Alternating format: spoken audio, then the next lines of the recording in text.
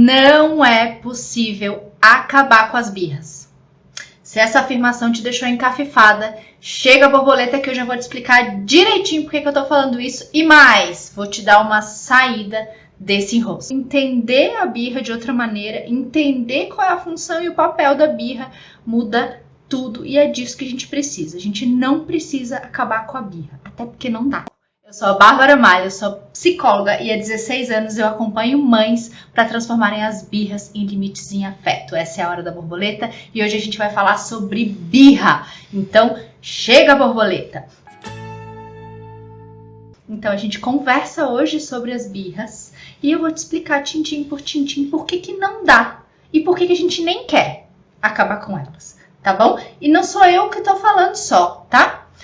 Funciona, e vocês podem olhar ali no nosso feed, tem duas lives de entrevista com duas mãe-boletas pioneiras, duas mães que fizeram nossa primeira turma do primeiro curso sobre birras, que são a Eliká e a Letícia, procurem lá, e elas estão contando como realmente teve mudança na vida delas, como entender a birra de outra maneira, entender qual é a função e o papel da birra muda tudo, e é disso que a gente precisa. A gente não precisa acabar com a birra, até porque não dá, como eu já falei, tá bom? Então, vamos lá.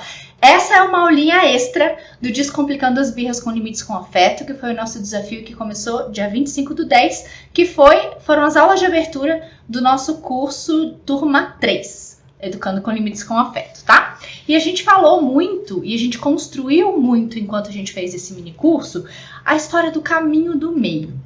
Não sei se vocês já se perguntaram sobre isso, se vocês já pararam para pensar que a gente está vivendo hoje um momento de encruzilhada, vamos dizer assim, né? No jeitão que a gente olha para as crianças, no jeitão que a gente olha para a educação.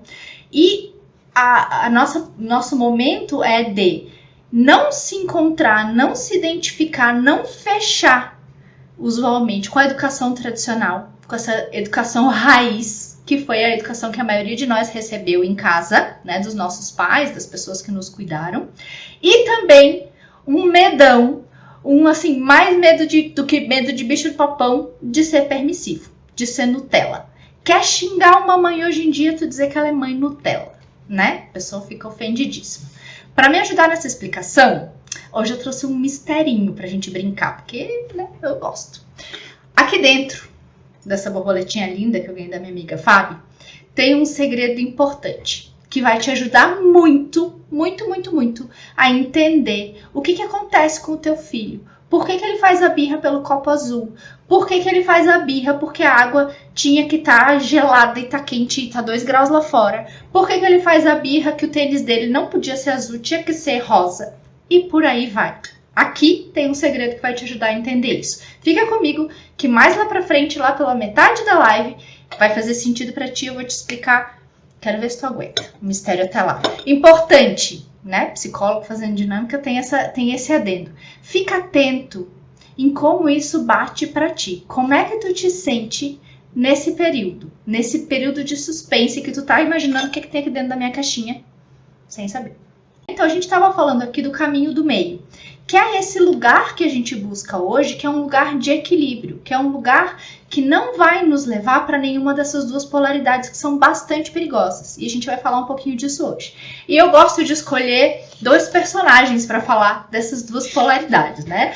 A educação tradicional, para mim, ela é personificada pela Dona Palestrinha. Vocês conhecem a Dona Palestrinha? A Dona Palestrinha é aquela voz que soa no nosso ouvido toda vez que a criança não cumpre a nossa expectativa. É aquela vozinha que diz assim, aí ó, tá te desafiando. Ele tá fazendo isso só pra te provocar. Tá querendo brigar contigo, tá querendo desafiar a tua autoridade.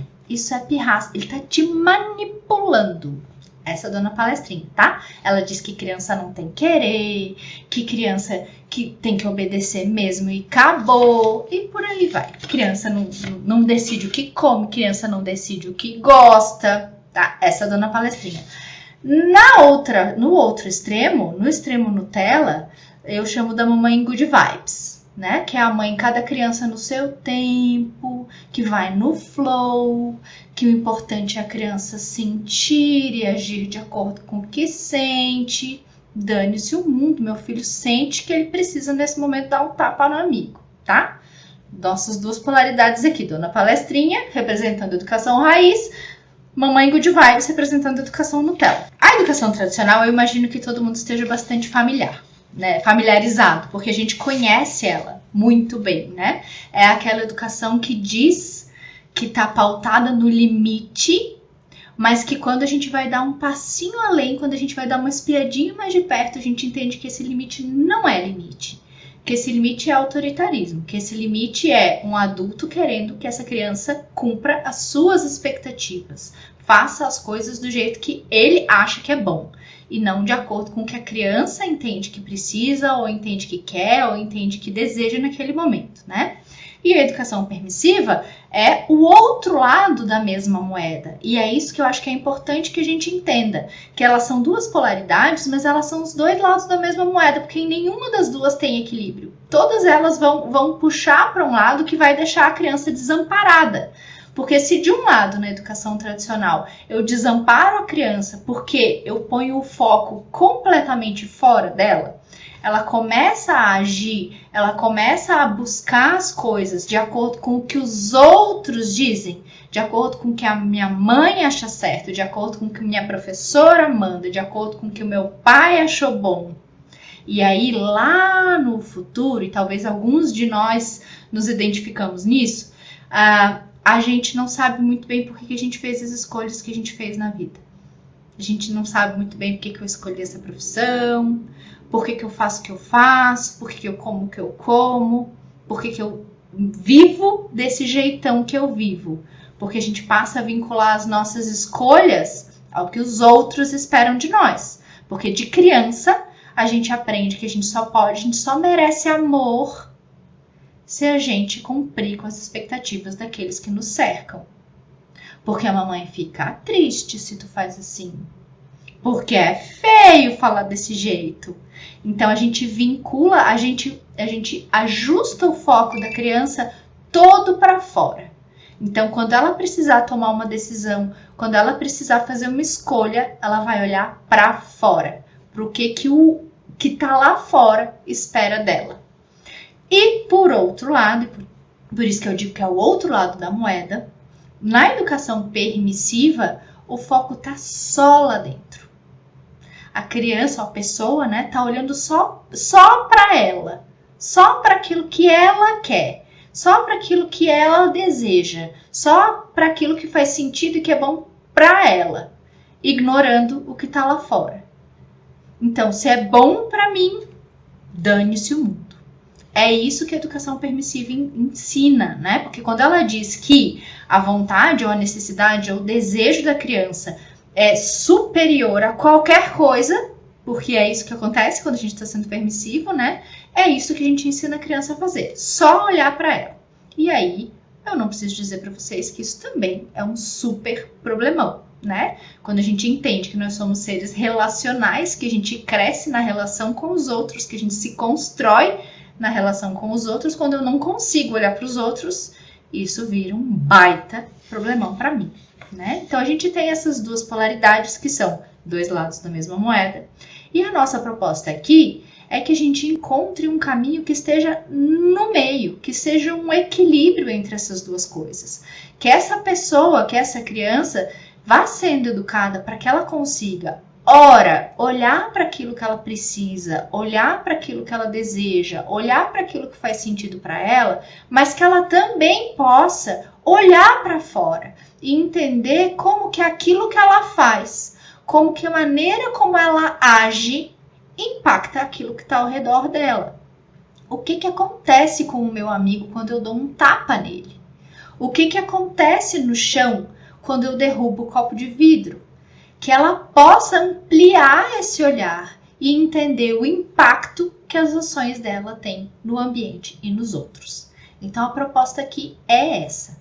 É essa educação que a gente defende e é essa educação que, com esses 16 anos de prática, 16 anos de experimentação e de muita também pesquisa e estudo, eu defendo e trabalho aqui no meu consultório e trabalho lá na minha casa e por onde eu faço, porque eu entendo também que é um jeitão de olhar para o mundo.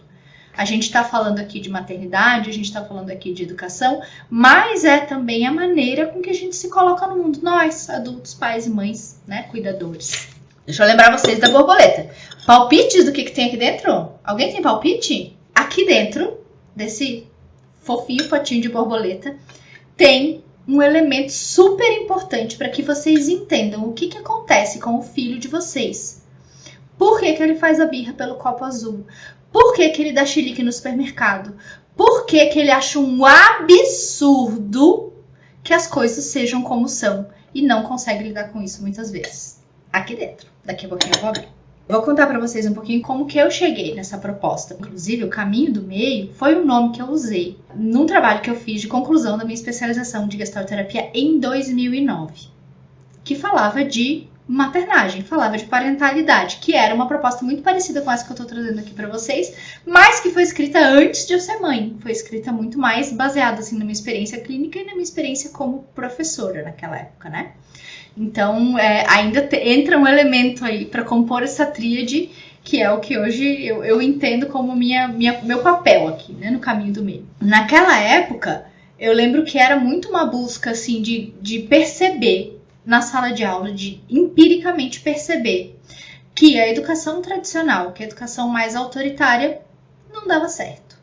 Né? Que a tendência é que eu precisasse, lá com os meus alunos, ir subindo na escala de punição ou ir subindo na escala de recompensa para que seguisse funcionando. Então era um lugar que não tinha um descanso.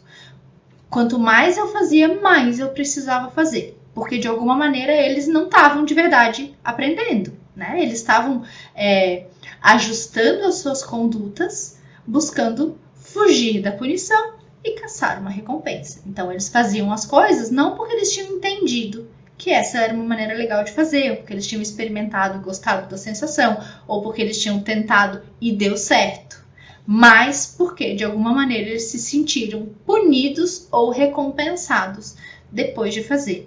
Né? Então, na hora de escrever o trabalho, eu lembro que eu queria muito falar de educação, né? Porque sempre foi um tema que me rodeou muito. Eu entrei para a psicologia querendo trabalhar com crianças, querendo trabalhar com educação.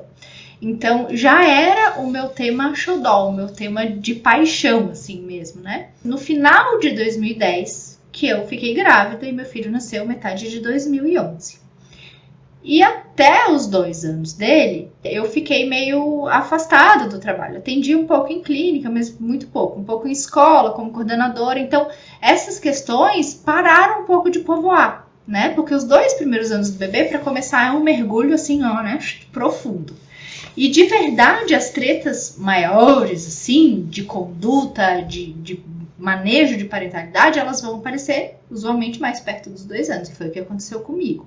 Então, quando meu filho mais velho chegou nos 2 anos, como diz aqui no Sul, me caiu os butiá do bolso.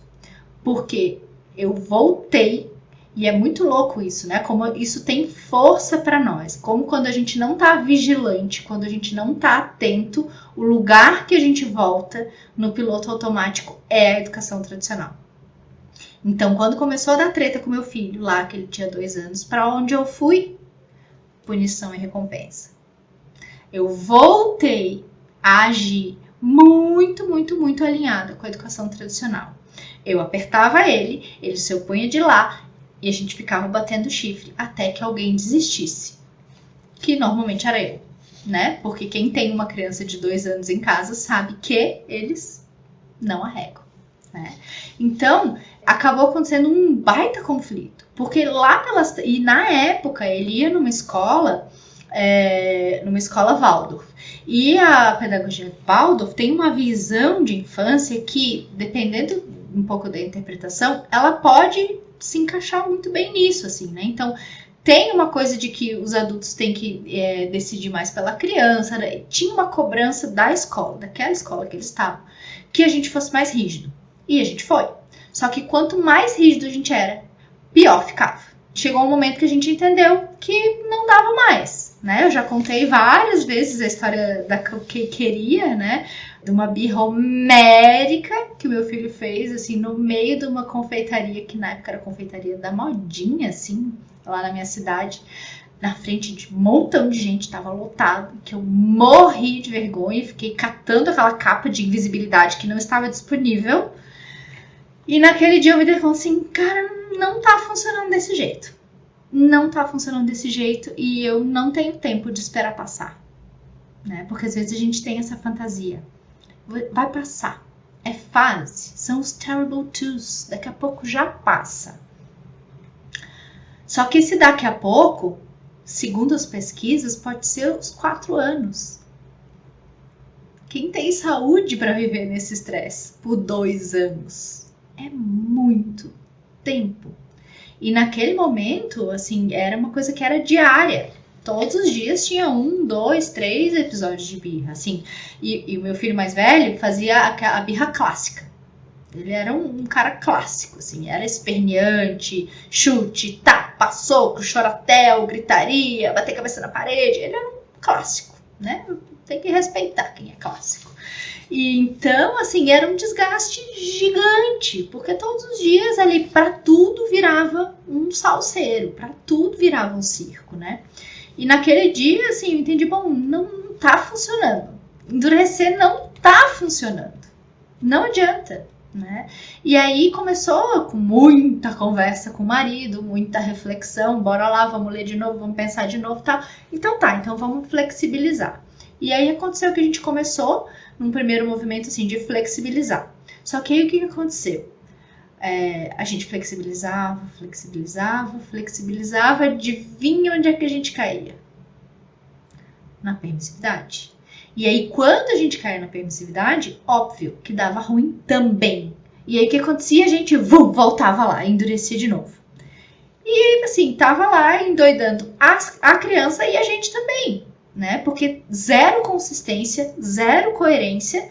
E ele ficava cada vez mais inseguro. Quanto mais inseguro ele ficava, mais birra ele fazia. Quanto mais birra ele fazia, mais desesperados nós ficávamos. Então, assim, uma bola de neve, né? E aí, lá pelas tantas, nem me lembro bem como que isso aconteceu, caiu no meu colo de novo este trabalho que eu tinha escrito lá.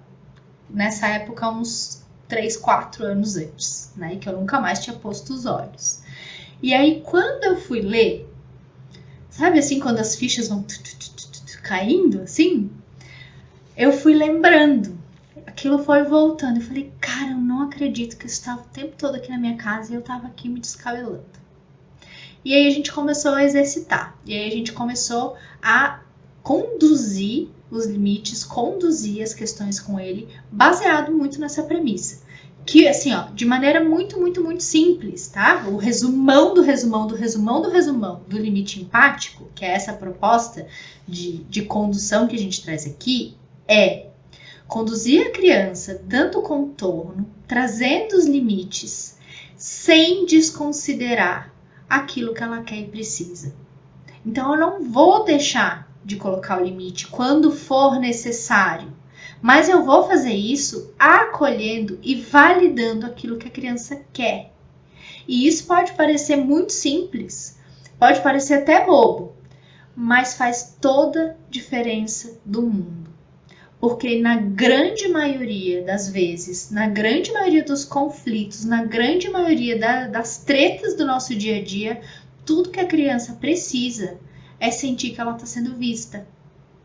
É sentir que aquilo que ela quer, que aquilo que ela pede, vale. Pode. Tá tudo ok se sentir assim. E que talvez naquele momento não seja possível fazer. Mas que tá tudo bem que ela queira. Validar esse querer. Vocês já levaram criança em loja de brinquedo? Vocês já viram como a gente desculpem a palavra, escroto com criança em loja de brinquedo? Já pensaram? Já se olharam? Vocês, adultos, com o filho na loja de brinquedo? A criança vem mostrando aquele brinquedo. Aquele, né? O grande, lógico, o mais caro, né? O mais bonitão. Mãe, olha que legal esse unicórnio que voa e solta moeda e brilha no escuro. O que a gente, bocó, diz? Tá doido, meu filho, olha o preço disso. Nem pensar, isso é um absurdo, a gente não tem dinheiro pra comprar isso. Foi isso que a pobre criança disse. A pobre criança disse, mãe, me compra isso hoje agora. Ainda que ela diga, né? custa a gente se aproximar e dizer assim, nossa, muito legal mesmo. Pena que hoje não dá pra gente levar. Vocês percebem como isso faz toda a diferença? Como para quem recebe faz toda a diferença? Imaginem vocês, né? Olhando um produto, enfim, vamos lá, numa loja de joias, né? Tá lá, tu e o maridão, tu e o parceiro lá na loja de joia. E aí tu vê assim aquele anelzão, assim. Olha lá, amor, que coisa mais linda. Tá louca? Olha esse preço, tem que vender a casa pra comprar esse negócio. Custa a criatura dizer, pô, bonitão mesmo, hein, amor? Não é diferente? A gente não se sente acolhido, visto, validado. Tipo, eu concordo contigo, isso aí que tu viu tem valor mesmo. Então, a proposta é que a gente possa conduzir os limites com a criança com essa lógica. Que eu diga para ela, sim, é muito legal subir na janela, mas não dá, porque é muito alto e tu pode cair. Eu faço o limite acontecer, mas eu acolho o desejo da criança, eu acolho a necessidade dela. E se necessário, a gente impõe o limite. Se não, a gente flexibiliza sem medo. Porque tem uma coisa que é muito doida, né? A gente tem um medão tão grande de flexibilizar, que o que a gente ensina para as crianças é elas serem também rígidas, né? E é muito louco, porque quanto mais a gente flexibiliza, quanto mais eu reiteradamente mostro pro meu filho, se der, eu vou fazer, se der, vai rolar, se der, eu vou deixar, que quando eu digo, filho, não dá, ele confia em mim, porque ele sabe que se desse eu faria. E o que a gente faz? A gente fica medindo esse não, né? Não vou deixar agora, senão outro dia ele vai querer também. Não vou fazer agora, senão toda hora ele vai querer. Né? E a gente faz o contrário, porque daí a criança, aí a gente bota fogo nessa fogueira, né? E a criança também não vai flexibilizar. Então, quando eu flexibilizo sempre que possível, quando eu preciso colocar o meu não na mesa, a criança consegue respeitar, porque ela entende, bom, se fosse possível, minha mãe faria. Se ela tá dizendo que não dá, é porque não dá mesmo. Né? Então, esse que é o pulo do gato. É a gente entender que o coração dessa proposta não é nada milagroso, não é nada fora do comum. É simplesmente a gente passar para a criança essa certeza, essa sensação de estar sendo vista, de estar sendo validada. O que tu pensas tem valor, o que tu queres tem valor, o que tu deseja tem valor, o que tu imagina tem valor para mim. E isso muda todo o jogo. Todo. Porque o nosso maior desejo, o nosso desejo mais íntimo, mais profundo, mais verdadeiro, é ser visto. É ser validado. É sentir que a gente tem valor para as pessoas que estão ao redor de nós. E isso é tão simples de fazer. Depois que a gente começa a exercitar, é tão simples e muda tanto. Experimentem fazer isso na loja de brinquedo. Fazer essa condução que eu propus e me contem depois como fica. Ao invés de falar do preço, valida o que essa criança está fazendo. Nossa, é muito legal mesmo. Olha aqui que massa essa asa dele, brilha no escuro. Muito legal mesmo. Valida o que o teu filho percebe. Dá valor para aquilo que ele está trazendo para a relação. E tu vai ver que a coisa vai mudar. No nosso curso, no Com Limites com Afeto, tem uma aula que é quase inteirinha sobre essas tretas clássicas, tá? Supermercado, restaurante, shopping, para te ajudar a pensar por que dá ruim e te proteger um pouquinho dessas possibilidades, tá bom? Uma das coisas que eu acho que também é um grande nó, aí quando a gente tá buscando esse caminho do meio, é que a gente faz uma confusão muito grande entre duas palavrinhas que são parecidas, mas que são muito diferentes na prática, que é autoridade e autoritarismo. Né? Quando a gente diz que a gente quer ser autoridade, usualmente o que a gente está fazendo é sendo autoritário. Então, quando a gente diz que a criança está desafiando a nossa autoridade, é porque a gente está sendo autoritário e a criança está nos mostrando isso. Pensa comigo.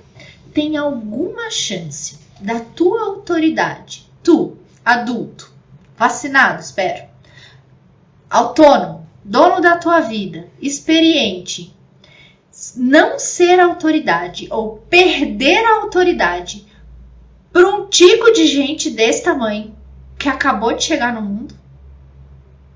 Gente, se a gente acha que a nossa autoridade está em risco diante dos nossos filhotes pitititiquinhos, a gente precisa se trabalhar, porque a gente está com problemas de autoimagem, com problemas de autopercepção. Porque nós temos uma autoridade que é inegável, que não tem como escapar. É diferente, nós estamos em posições muito diferentes com relação aos nossos filhos. E isso não tem como mudar. Isso é natural, é inegável, faz parte da vida. A nossa autoridade, ela não está em risco diante dos nossos filhos crianças. Isso não existe. Então, quando a gente pensa que essa autoridade pode estar em risco, que a criança está desafiando a nossa autoridade, não é de autoridade que a gente está falando. A gente está falando de autoritarismo. Aí pode ser. E aí eu arrisco dizer que é porque as nossas crianças são muito saudáveis. E elas sabem que quando a gente está pedindo coisas que não fazem sentido, a gente precisa se ver com isso, né? E normalmente é isso que acontece. Quando a gente sente que a gente está sendo desafiado na nossa autoridade, ou seja, no nosso autoritarismo, é porque a gente está fazendo pedidos que para a criança não faz sentido. E eles estão denunciando isso para nós. Mas escuta, qual é a desse pedido aí, né? Então, cuidado, porque quando se trata de educação, a gente faz uma salada de fruta com um monte de palavras que não são o que parecem, né? Limites, por exemplo, né? Quando a gente vai ler lá no dicionário o que é limite, é o que dá contorno a um domínio abstrato, ou seja, o que divide algo de uma outra coisa. O que a gente trabalha na educação tradicional não é limite, é controle, é poder, é autoritarismo, são outras coisas. Essa palavra foi apropriada e ela foi deturpada, porque não é isso que acontece lá. Limite é dar contorno para algo que é abstrato. Se a gente trouxer para a educação, e o limite que a gente está trabalhando aqui, o limite empático, sou eu ajudando a criança a entender qual é o espaço dela nesse meio e como que o que ela faz afeta o que está lá fora. Eu ajudar ela a entender quais são os contornos dela nesse espaço, né? Não é poder, não é controle, não é dominação, não é autoritarismo, tá? São duas coisas muito diferentes. Como que a gente constrói, né, esse autoritarismo dentro de casa? Vamos fazer o bingo, o checklist? Vamos ver se a gente está sendo autoritário agora? Momento autoavaliação aí. Descubra se você está sendo autoritário com o seu filho. Num minuto. Você é adepto da política do faço o que eu digo, não faço o que eu faço? Pede para os teus filhos fazerem coisas que você mesmo não faz? Você exerce privação de liberdade sem coerência com a etapa do desenvolvimento da criança e as condições do meio? Você põe criança de 2 anos de castigo no cantinho do pensamento por 2 minutos? Você tira a sobremesa da criança que não se comportou bem na escola? Você usa de coerção pela violência, por ameaças, privações e ou medo? Você não dá autonomia e liberdade para o seu filho fazer suas mini escolhas do dia a dia? Você age com imprevisibilidade de reação às demandas da criança? Um dia de um jeito, outro dia de outro. Um dia vale, no outro dia não pode mais? Conta pra mim aí quem fez bingo. Quem marcou mais de 2? Bota um eu aí. Uma mãozinha, um eu. Já tem saída pra esse labirinto, fica tranquilo. Não tem problema se deu bingo, tá? Não tem problema. Vai dar tudo certo. A gente vai resolver esse enrosco. Então essas são maneiras muito eficazes de a gente se colocar autoritariamente diante dos filhos. Dona Palestrinha adora. Dona Palestrinha tá assim, ó. Eu, disse a Jess Leal. Isso aí. Fica, Jess, fica que vai ter saída. A gente vai resolver esse enrosco. Dona Palestrinha ama. Dona Palestrinha ama, não faço o que eu digo, não faço o que eu faço, né? Adora.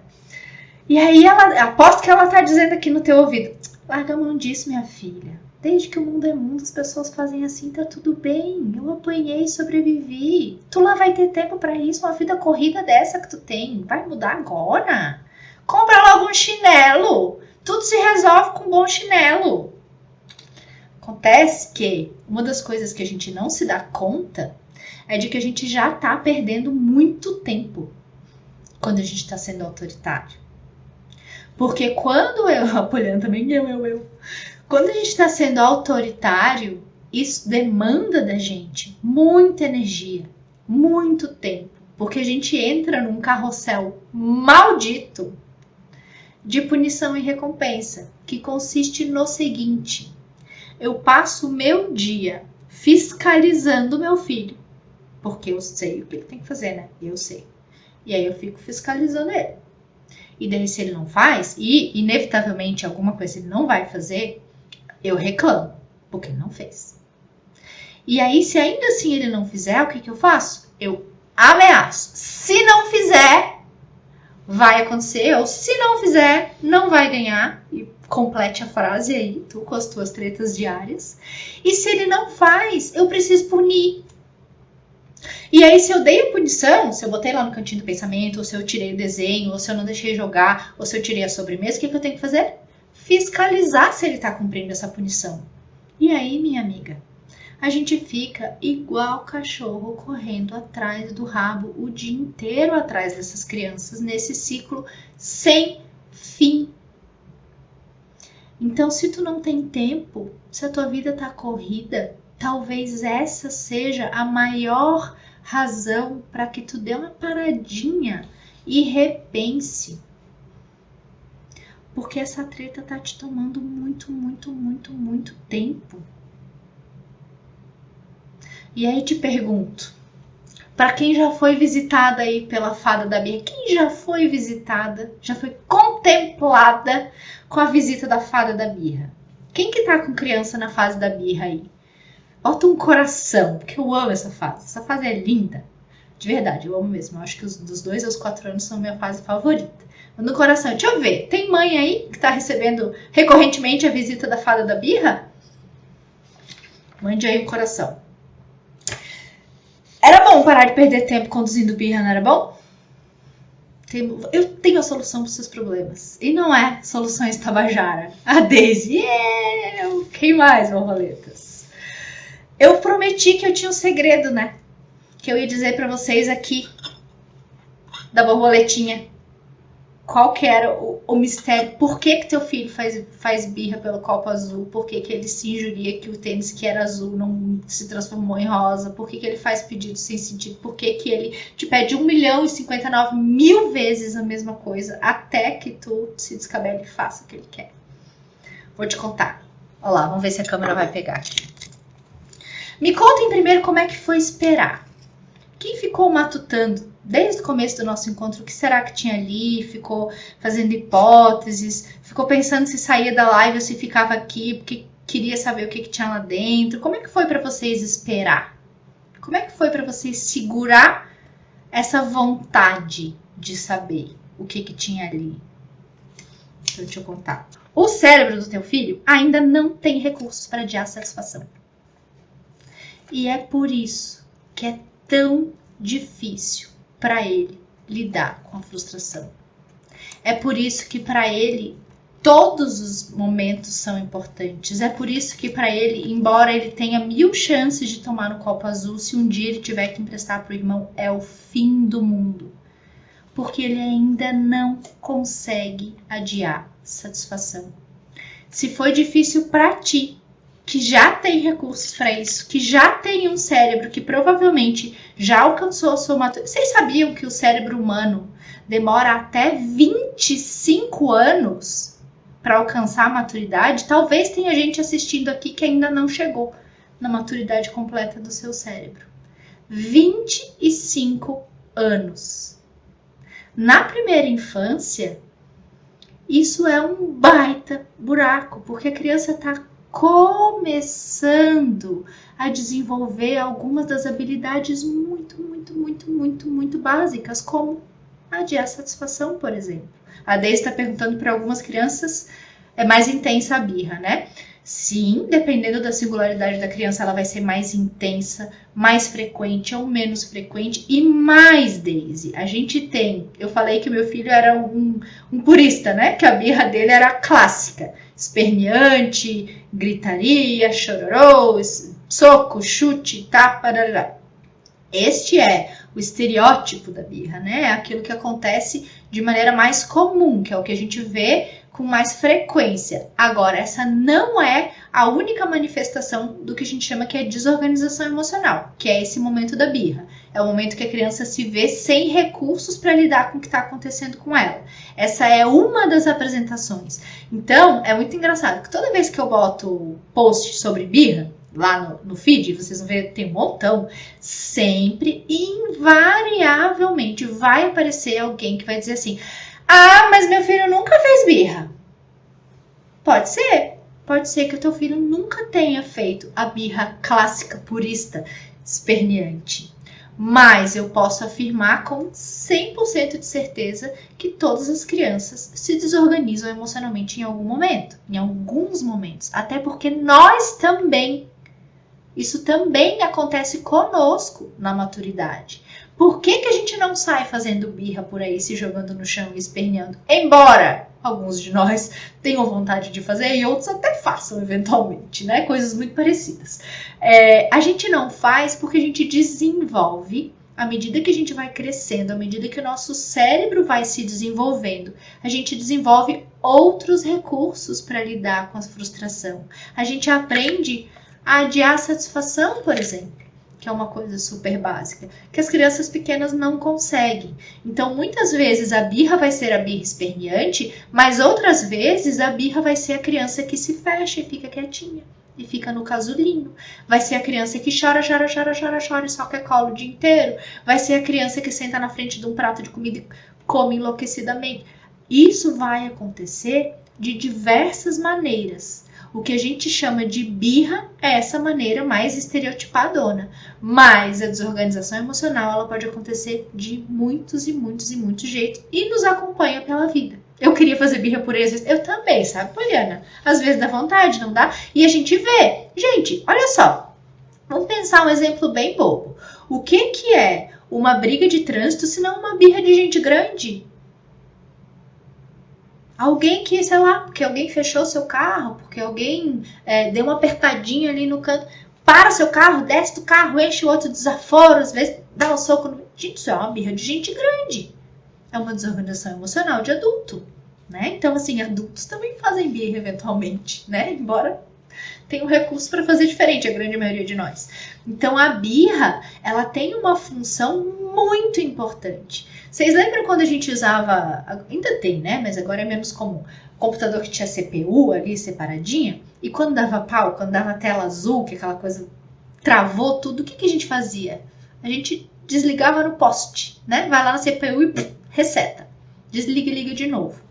A birra, em alguma medida, é uma saída que o nosso cérebro tem, é uma saída que o nosso organismo tem para tentar fazer isso.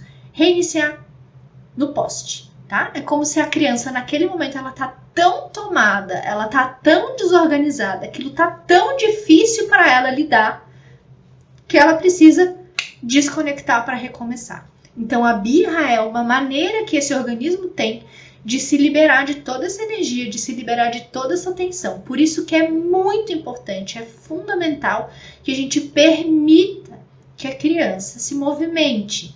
Por algum tempo, agora faz bastante tempo que eu não ouço ninguém falar nisso, mas por algum tempo se defendeu que a gente precisava conter as crianças na hora da birra, que seria bom a gente segurar, conter, abraçar sem machucar, óbvio, mas conter, né? Segurar ali a criança.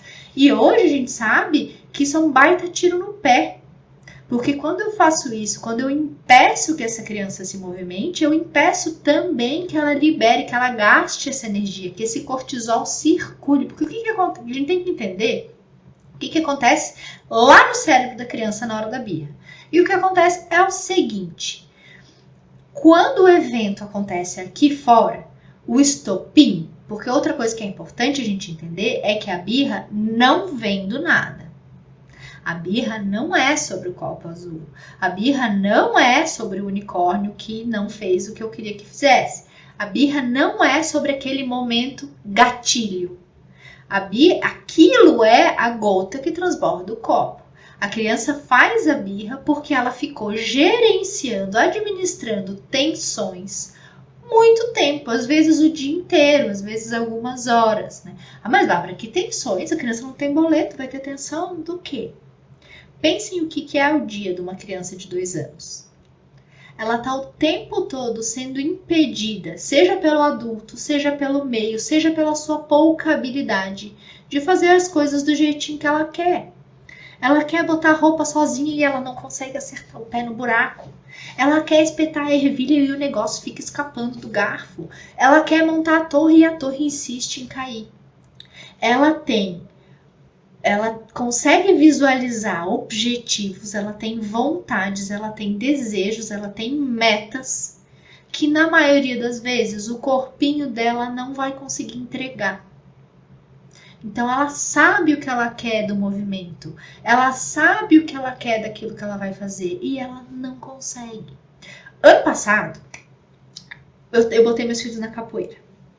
E aí eu achei aquilo muito lindo. E aí eu pensei, estava sem fazer atividade física, eu de repente vou fazer capoeira. E aí o pro deles, o mestre deles, dava uma aula que era tipo capoeira fit, uma coisa assim, né?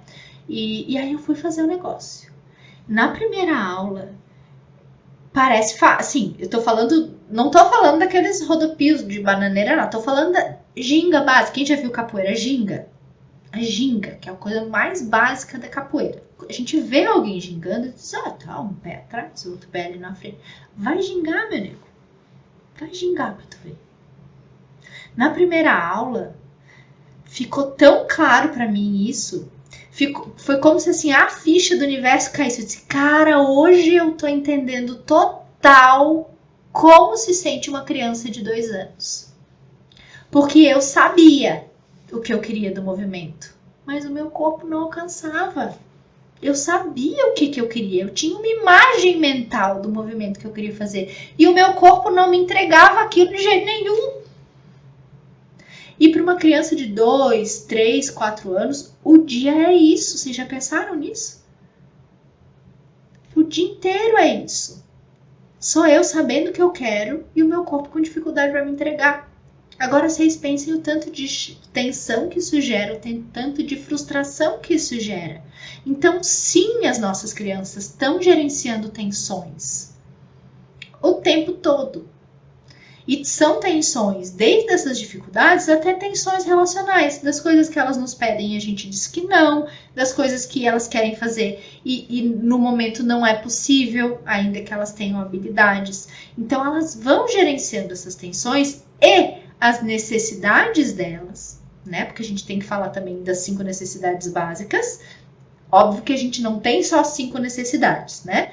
Mas eu defini essas 5 como básicas, pensando que as outras necessidades, de alguma maneira, elas se derivam dessas, né? Então, seria alimentação e eliminação, sono e descanso, entretenimento, segurança e afeto. Então, essas necessidades, elas estão o tempo todo numa dinâmica de encheu, esvaziou, encheu, esvaziou, encheu, esvaziou, encheu, esvaziou. Então eu tô com muito sono, descanso, opa, enchi meu tanquinho. E aí eu tô com muita fome, só que a gente nunca tá com todos os tanquinhos 100%. A gente sempre tá gerenciando essa dinâmica, esse fluxo que fica acontecendo o tempo todo, né? A gente nunca tá com tudo 100%, como é bom que a gente também não esteja com tudo precisando ser feito. Tem sempre algo que se destaca, que tá na frente, né? Que é figura, que aparece mais como necessidade. Então, essa criança tá o dia inteiro gerenciando as tensões e gerenciando essas necessidades, que é importante que a gente lembre que talvez para ela não estejam tão claras. Porque quando a gente tem 2 anos, talvez a gente ainda não esteja tão a par de que quando meu estômago dói e aperta, e quando eu penso em comida, minha boca saliva, enche de água, isso é fome e eu vou procurar comida. Que quando os meus olhos coçam e ardem, e eu tenho vontade de me encostar nas coisas, e eu começo a não conseguir prestar atenção em nada, e tenho vontade de deixar o meu olho fechado, isso é sono, eu preciso ir para a cama dormir.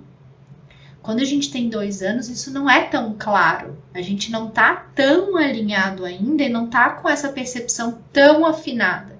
Então, essa criança, ela tá gerenciando tensões e lidando com essas necessidades que vem pedindo espaço o dia inteiro. E aí, chega o momento, muitas vezes, em que vem a gota que transborda o copo. Aquele momento do não dou mais conta.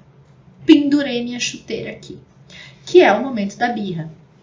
O que é o momento da birra? É uma vivência, é algo que acontece para essa criança em algum momento, que ela experimenta como uma ameaça, tá? E essa ameaça não precisa ser necessariamente algo que ela entenda como um risco de vida. É simplesmente uma situação que ela entende que ela não tem recursos para lidar. E por isso é uma ameaça. É assim, não sei o que fazer diante disso. Não sei. E aí vocês podem me dizer, mas Bárbara, para, porque ele já fez isso 1000 vezes. Porque ele sabe, sim, ele entende. Sim, ele sabe e ele entende. Mas a gente tem que lembrar que nesse momento ele tá com o copinho cheio. E quando a gente tá com o copinho cheio, a gente tem dificuldade de fazer coisas que em outros momentos a gente vai fazer com muita facilidade. Então, sim, muitas vezes o gatilho da birra vai ser uma situação que em outros momentos a criança lidou de boinha. Mas naquele momento, ela estava com o copinho cheio. Ela já tinha lidado com um monte de tensões. Ela estava com um monte de necessidades em aberto e ela não deu conta. Então, o que acontece lá no cérebro dela? Vamos lembrar que ela está vivendo uma situação que ela entende naquele momento que é uma ameaça, tá? Não necessariamente um risco de vida, de segurança, mas uma ameaça. Uma situação que ela entende que ela não tem recursos para lidar. O que o cérebro dela entende? Risco. E lá no cérebro vai começar uma resposta de estresse, que é a nossa resposta classicona, primitiva, defensiva, protetiva de luta e fuga. Então o cérebro entende.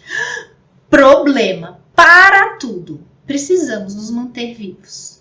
E aí tem uma estrutura lá no nosso cérebro que está bem pequenininha, ela é protegida, bem protegida, porque ela é essencial para a nossa sobrevivência. Ela que cuida dos nossos movimentos e das nossas funções para nos manter vivos, especialmente em situações de perigo, que é a amígdala.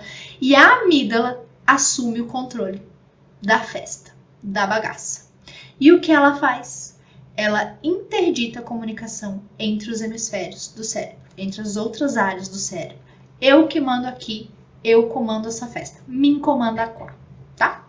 Então, o que ela faz? Ela provoca uma descarga de cortisol e adrenalina, que são os nossos hormônios do estresse, que vão nos manter super alerta, com a nossa musculatura toda pronta para luta ou fuga, né? E vão interditar a comunicação. Isso significa que essa criança, ela não consegue refletir. Não dá. Porque para refletir, ela precisaria ter acesso a essas partes superiores do cérebro, que nesse momento estão interditadas. Então ela não tem acesso. Ela não tem acesso à lógica, ela não tem acesso à reflexão, ela não tem nem controle motor. E é por isso que as crianças esperneiam, soco, não tapa, lá. Porque ela não tá com controle motor. Tá? Então, na hora da birra, essa criança não está responsiva. Como que eu sei que é uma birra mesmo? A birra mesmo é aquele momento que mesmo que eu diga para a criança, toma, tá aqui, não resolve. Ela não consegue mais. Ela não está responsiva. É como se o cérebro dela funcionasse em meia fase. Sabe quando a eletricidade está em meia fase? Que algumas coisas na nossa casa seguem funcionando, normalmente as coisas mais simples, né, menos rebuscadas seguem funcionando e os aparelhos mais complexos não ligam, param de funcionar. Na hora da birra é isso, o cérebro da criança ele tá todo empenhado porque ele entende que é uma situação de risco, lembrem. Então ele tá todo empenhado em manter a sobrevivência. Então ele tá todo focado nisso e ele impede que as outras coisas aconteçam. Então não rola reflexão, não rola controle motor, não rola empatia, não rola nada. É meia fase, só o que é essencial funciona. Vamos manter essa criatura viva. É só isso. Por isso que não adianta na birra a gente chamar a Dona Palestrinha. Dona Palestrinha só complica a nossa vida. Porque a criança não está responsiva.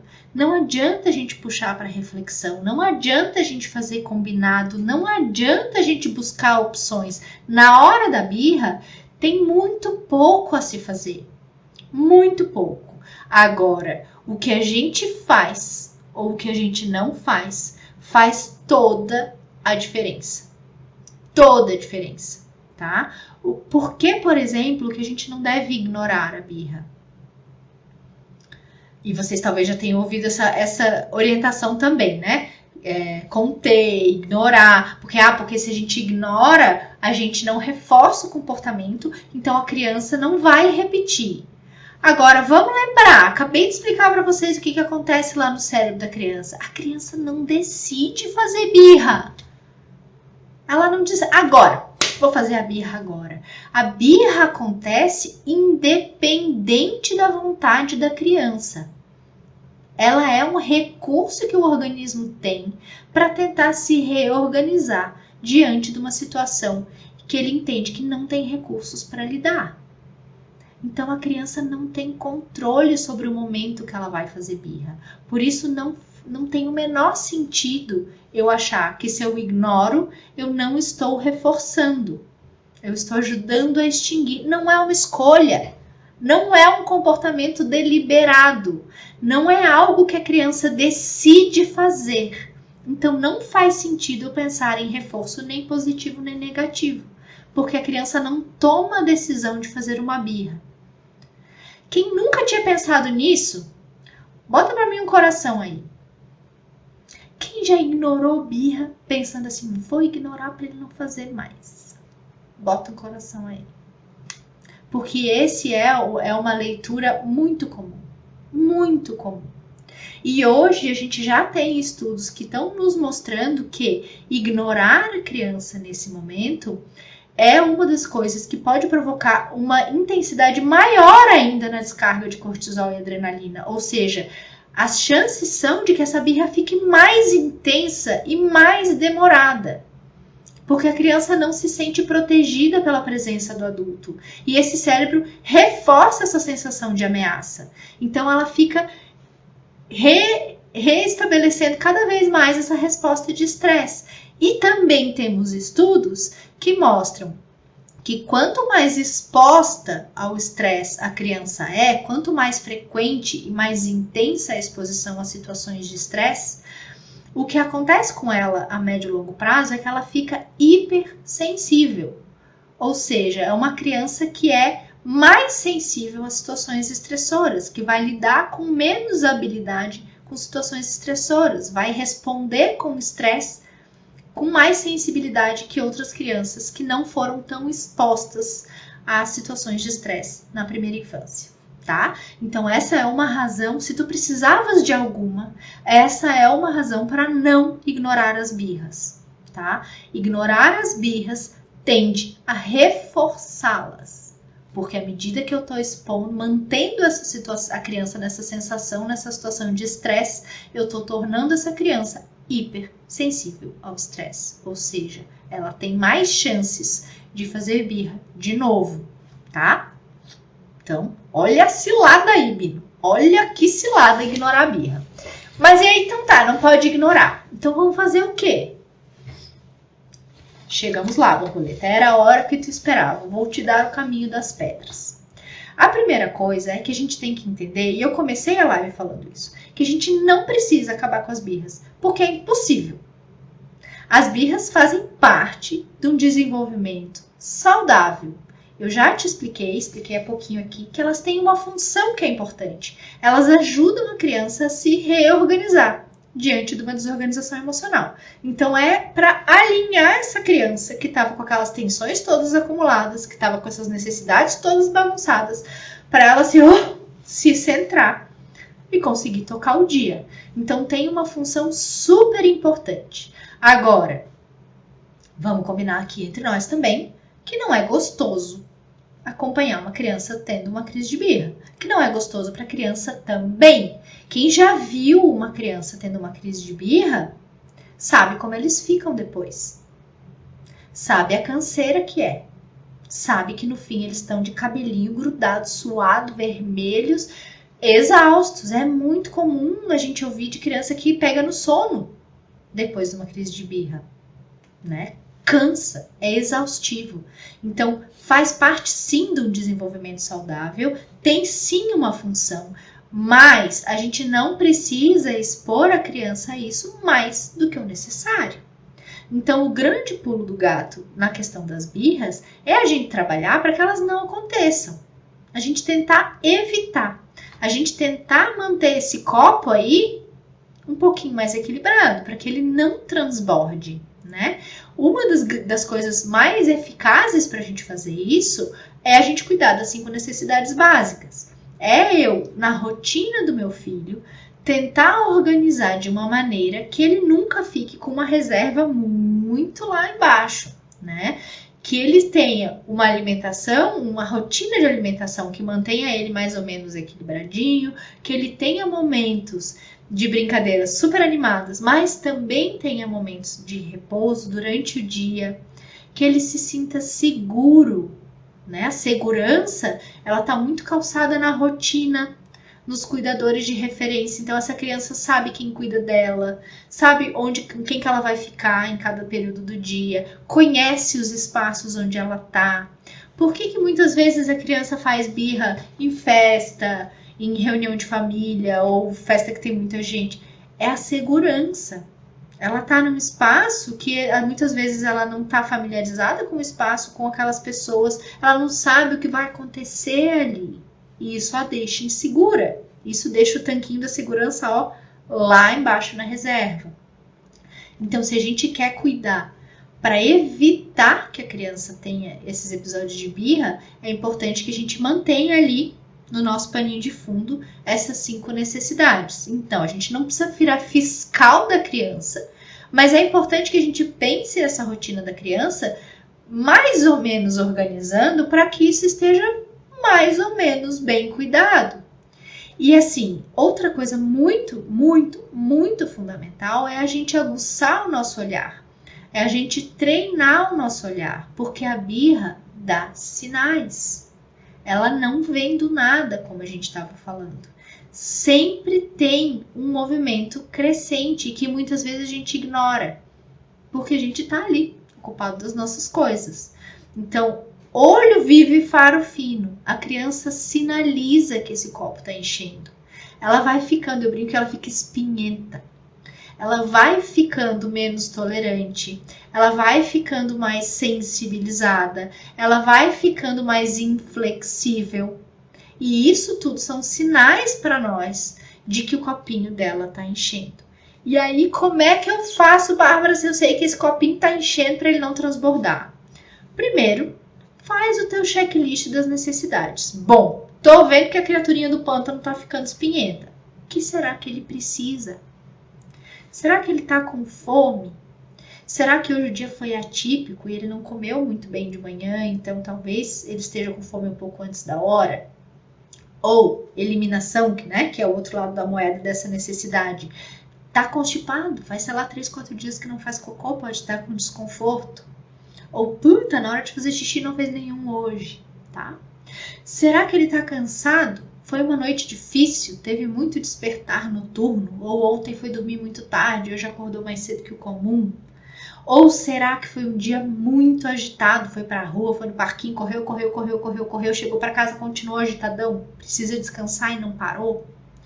Ou será que ele está se sentindo inseguro porque hoje a nossa rotina foi diferente? Porque eu estou propondo atividades que ele nunca fez e ele não está conseguindo prever o que vai acontecer depois?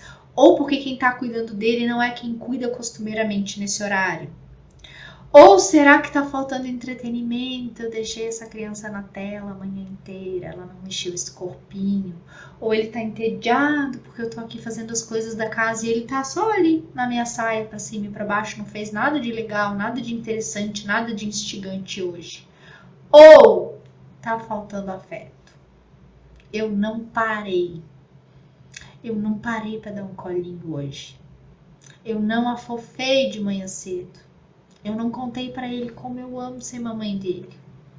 Eu não sentei com ele no meu colinho ali 5 minutinhos só para cheirar aquele cangote quentinho ainda.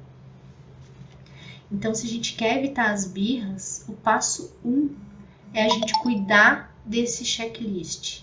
É a gente manter ele no nosso pano de fundo para a gente avaliar o que pode estar desorganizando essa criança. Por que ela está ficando espinhenta? O que está acontecendo agora que está deixando ela intolerante e inflexível? E aí a gente tenta resolver.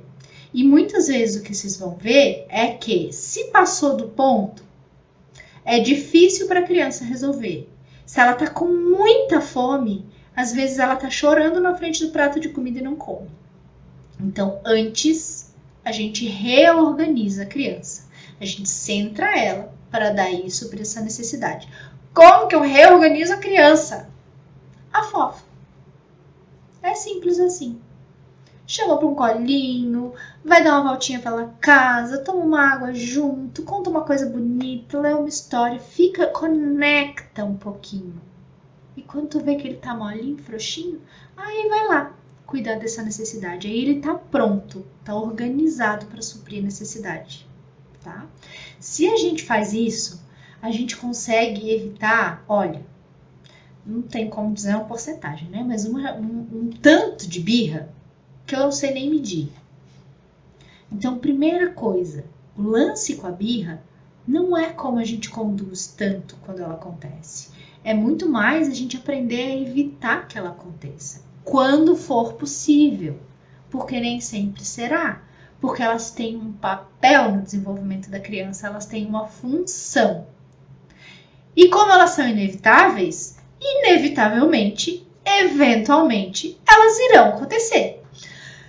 Quando a birra acontece, quando eu aconteci, tentei e não deu, aconteceu a birra.